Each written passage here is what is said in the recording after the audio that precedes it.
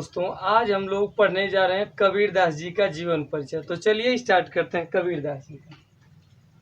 कबीरदास जी का जीवन परिचय। देखिए, कबीरदास का जो जीवन परिचय है वो बहुत अच्छा है, समझने में एकदम इजी हो जाता है अगर आप लोग ध्यान से समझेंगे तो। कबीरदास जी का जन्म 1455 विक्रम संवत में माना जाता था। 1455 विक्रम संवत कोई प्रमाणिक नहीं है, ये सिर्फ अनुमान के तौर पे बोला जाता है, क्योंकि कबीर पंथ के अनुसार हम लिखे हैं। इससे आप लोग समझ जाइएगा कि कबीर पंथ में लिखा गया है कबीरदास का जीवन परिचय 1455 विक्रम संवत में माना जाता है। इनके जन्म के संबंध में विद्वानों में मतभेद है। 3 मत है इनका विशेष रूप से फेमस, काशी, मगहर और आजमगढ़। सबसे ज्यादा फेमस मत काशी माना जाता है, बाकी तीनों जगह पे कबीरदास जी का जीवन परिचय माना जाता है, मतलब जन्म स्थान। कबीरदास जब बचपन में बहुत छोटे थे, मतलब अभी कबीरदास की जो मम्मी थी वह एक ब्राह्मणी थी और उनको गुरु रामानंद के आशीर्वाद से एक पुत्र उत्पन्न हो गया था। वह ले जाके लहर तारा तालाब के किनारे फेंक दिए थे। कबीरदास को शुरू में ही लहर तारा तालाब के किनारे फेंक दिया गया। उसके बाद उसी रास्ते से आ रहे थे नीरू और नीमा नामक 2 जुलाहा दंपति, मतलब पति पत्नी थे। नीरू और नीमा दोनों लोग आ रहे थे तालाब के किनारे किनारे, तभी उनको एक लड़के के रोने की आवाज सुनाई दी। वो लोग उठा करके ले आए और नीरू और नीमा ने ही कबीरदास का नाम स्पेशल करके कबीर रखा था। इसके पहले इनका कोई विशेष नाम नहीं था।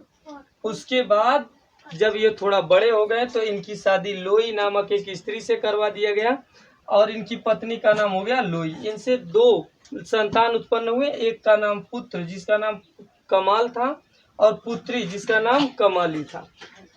जब ये थोड़ा बड़े हो गए तो उसके बाद यह गए तो यह अपना गुरु रामानंद को बनाना चाहते थे। रामानंद कहे कि देखिए भाई, हम आपको अपना शिष्य नहीं बना सकते, क्योंकि थोड़ा सा गड़बड़ टाइप के थे तो इनके ऊपर ज्यादा विश्वास नहीं किए रामानंद।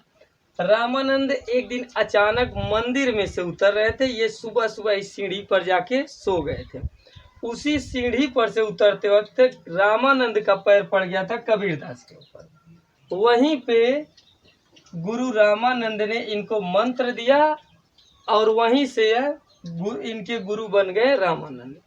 उसके पहले रामानंद इन्हें अपना शिष्य नहीं मानते थे और यह बड़े होकर के समाज में जितनी बुराइयां थी उन्हें मिटाने का प्रयास किए और बहुत अच्छे अच्छे काम किए थे इन्होंने। समाज में हमेशा जहाँ कहीं बाह्य आडंबर होता था, दिखावा होता था, वहाँ पे जाके उसका विरोध करते थे और विरोध करके समाज में एकता बढ़ाने का हमेशा प्रयास इनका रहता था। इनका मृत्यु मगहर और काशी दोनों जगह माना जाता है। ज्यादातर लोग इसको मगहर ही मानते हैं, लेकिन कुछ लोग भाई इसको काशी भी मानते हैं। इनका मृत्यु 1575 विक्रम संवत में माना जाता था। यह भी कबीर पंथ नामक एक किताब है, उसी के अनुसार यह माना जाता है। कबीर पंथ नामक किताब का जब भी आपको लिखना होगा जन्म कब हुआ था तो आप ये जरूर लिखेंगे कबीर पंथ के अनुसार। अगर आप नहीं लिखते हैं कबीर पंथ के अनुसार तो पूरा लिखा हुआ सब गलत है। क्यों? क्योंकि देखिए, जैसे मान लीजिए इनके जन्म के संबंध में तो विद्वानों में मतभेद है और आप लिख दिए कि 1455 विक्रम संवत, तो उसे गलत कह दिया जाएगा। और जब आप कह देंगे कबीर पंथ में लिखा हुआ था, कबीर पंथ एक किताब का नाम है और इसी किताब में यह लिखा हुआ था, तो उसके बाद इसके विषय में आपसे कोई भी प्रश्न नहीं पूछे जाएंगे, न आपका नंबर काटा जाएगा। जीवन परिचय को मैं एक बार और रिवाइज करवा देता हूँ। कबीरदास जी का जन्म 1455 विक्रम संवत में हुआ था, ऐसा कबीर पंथ नामक किताब में लिखा हुआ है। इनके जन्म के स्थान के संबंध में 3 मत प्रचलित हैं, काशी, मगहर और आजमगढ़। काशी, मगहर, आजमगढ़ में से सबसे ज्यादा प्रसिद्ध मत काशी का है। इन्हें शुरुआत में लहर तारा तालाब के किनारे फेंक दिया गया था। नीरू और नीमा नामक 2 जुलाहे थे, वही इनको ले आकर के पालन पोषण किया और कबीर इनका नाम वही रखे थे।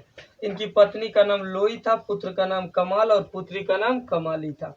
गुरु का नाम इनके रामानंद था और मृत्यु इनका मगहर में माना जाता है 1575 विक्रम संवत में, ऐसा कबीर पंथ में लिखा हुआ है। अब देखिए, ज्यादातर अगर आप क्लास 11th की बात करेंगे तो 11th में इनका साहित्यिक परिचय मुख्य रूप से पूछा जाता है।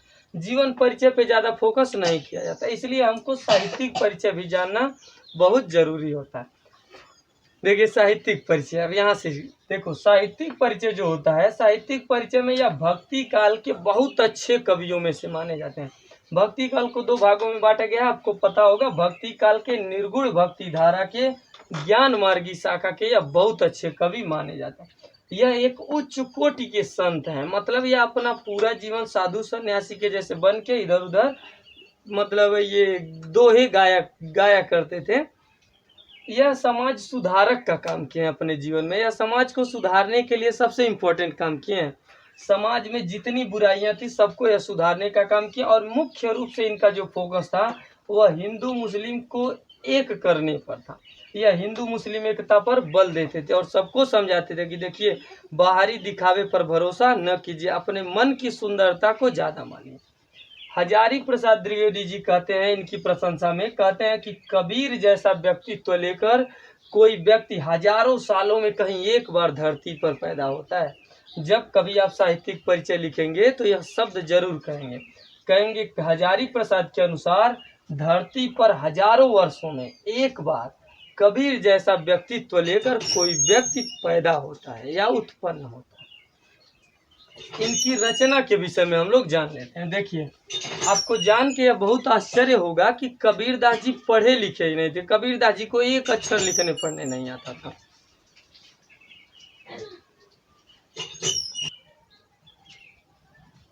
कबीरदास जी की रचना देखिए, रचना जब भी हम लोग पढ़ते हैं तो सबसे पहले जान ले भाई कबीरदास जी पढ़े लिखे थे कि नहीं। तो कबीरदास जी को कुछ पढ़ने लिखने नहीं आता है। कबीरदास जी साफ कहते हैं कि मसी कागज छुओ नहीं, कलम गयो नहीं हाथ। कबीरदास जी जब कागज कलम छुए ही नहीं थे तो पढ़ने लिखने का तो कोई प्रश्न नहीं है।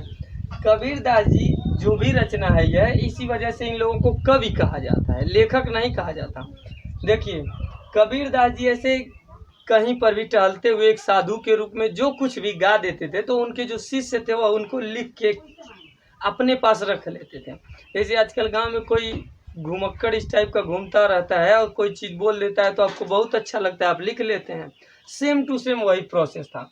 कबीरदास जी गाते हुए चले गए, उनका जितना मतलब दोहे निकले थे उनके मुंह से या जो भी पदावली निकला था वह सब लिख करके इनके शिष्य लोग एकत्रित किए थे। उस पूरा किताब को ये बीजक नाम से प्रकाशित करवा दिए थे। इनकी सबसे मुख्य रचना हो गई बीजक। लेकिन मान लो किसी को कोई दो एक लाइन पढ़ना है तो वह पूरा इतना मोटा किताब नहीं ना खरीदेगा, तो इस वजह से वह 3 पार्ट में तोड़ दिया। तीनों पार्ट में तोड़ने के लिए इन्होंने क्या किया, 3 पार्ट में जब तोड़ दिया तो एक पार्ट का नाम रखा गया साखी, एक पार्ट का नाम रखा गया शबद और एक पार्ट का नाम रामायणी।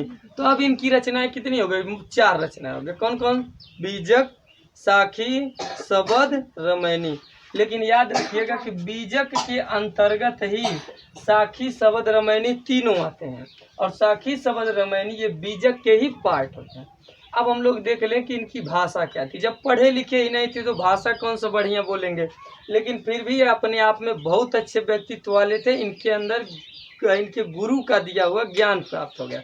अब देखिए, ज्ञान के दम पर ही इनकी भाषा तो कोई विशेष नहीं थी, बस साधुओं के जैसे कोई भी उल्टी सीधी भाषा मिला देते थे। इसी वजह से यह साधु के रूप में रहते थे और कोई भी भाषा मिला देते थे, जिसकी वजह से इनकी भाषा को सधुक्कड़ी भाषा कहा गया। कौन भाषा कहा गया, सधुक्कड़ी भाषा का। कुछ लोग इनकी भाषा को पंचमेल खिचड़ी कहते हैं, क्योंकि सब भाषा को कहीं मिला देते हैं, खिचड़ी टाइप का। इनकी भाषा को कुछ विद्वान सतरंगिया भी कहते हैं, क्योंकि अलग अलग टाइप की भाषा को मिला के नया रंग का बना देते हैं। इसी के साथ हम लोगों का कबीरदास वाला जो भी परिचय था, जीवन परिचय, साहित्यिक परिचय, रचना, भाषा, यह सब इसी के साथ समाप्त होता है।